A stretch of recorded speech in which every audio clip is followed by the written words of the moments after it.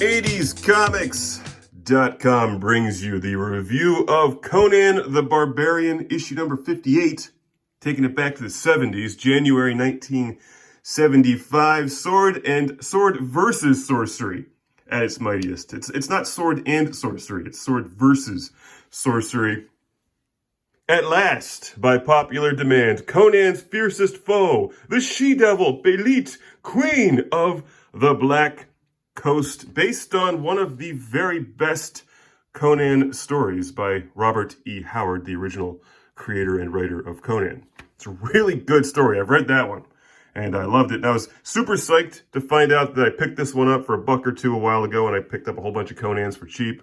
My bad, this is from January 76. You know, I wasn't old enough to read back then, but I could have enjoyed the pictures. I can't believe my parents didn't buy me this one. Queen of the Black Coast starts with Conan fleeing the city after him and his friends break every law, kill a bunch of people. He's being chased to the docks, and we get a nice bit of backstory here. Ah! Admire my shoddy dental work! Also, he's stabbed. So if you haven't read issue 57, this will get you up to speed quick. And you can pick up these awesome toys. Big Jim's Pack, Professional Agents, Crime Killers from the 70s. These either look like the best toys ever or the greatest like white guy blaxploitation film that I've never seen. Either way, I'm pretty psyched about Big Jim's Pack. Let's continue with Conan the Barbarian. Here's the backstory. Conan has no time for judges. The secret of teaching yourself music is that sweet haircut and corduroy pants. Why keep depriving yourself of the thrill of making music when you could have that sweet haircut and corduroy pants? Also pick up a guitar and just, play Led Zeppelin. It's easy. Here we go. Conan and these pirates escape certain death. He basically just jumps onto this boat and he's like, let's go. And they do. And then they sail down the coast. We get to see some scenery. Can't believe they passed up that place. That looks pretty rockin'. She looks so wasted.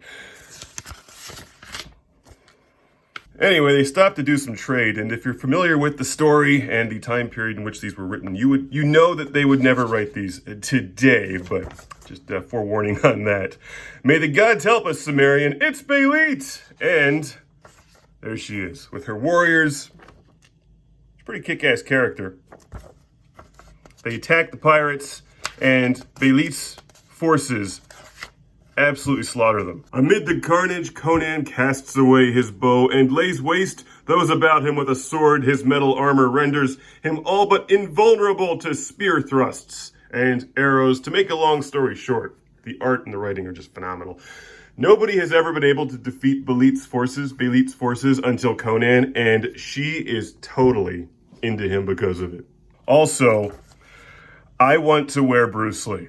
This makes me so happy. I'm a huge Bruce Lee fan. Surprise. I'm going to mail this into a Soho Photo in New York, and I'm going to expect a sweet Bruce Lee t-shirt, which I will be wearing on the show after I lose 3 inches off my waistline. That's not going to happen. But you know what is going to happen? Conan's going to get lucky in this fight against that guy who he kicks overboard and then drowns and he's eaten by sharks. Kind of a rough day for him, but look, Conan seems to make out all right. After she gives him a little song and dance routine, and you immediately need to pick up issue 59, and by you I mean me, because I have 57, 58, and 60. It's just killing me. I need to get 59, so I'm going to do that so that I can continue to enjoy the story of Belit, she's a great character. It's a really good story, and if you haven't read the original Conan books, you got to check out. I forget the name of the story specifically, the short story. It's actually one of the longer ones, I think. But anyway, it's really good.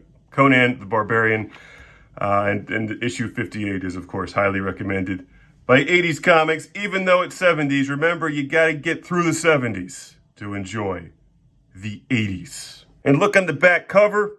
The Further Adventures of Evel Knievel. Remember when Evel Knievel was popular? Well, not really, I guess, but Evel Knievel driving a Formula One dragster. That looks pretty awesome.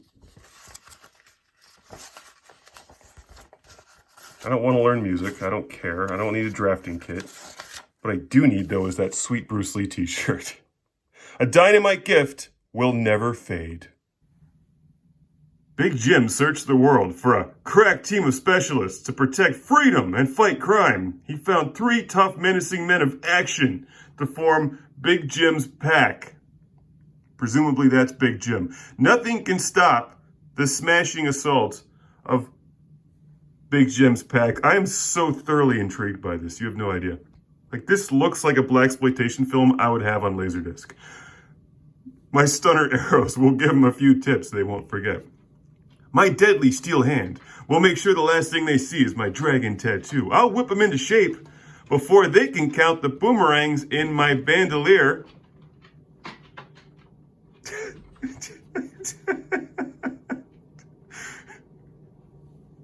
Sorry.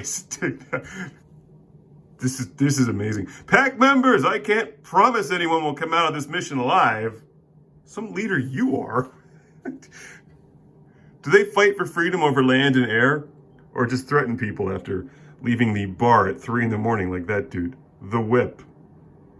Weapons specialist with his bullwhip, bolo boomerangs, and shinai stick. He's fully armed to take on any and all danger after drinking a half quart of Jägermeister. Big Jim's pack. Wow.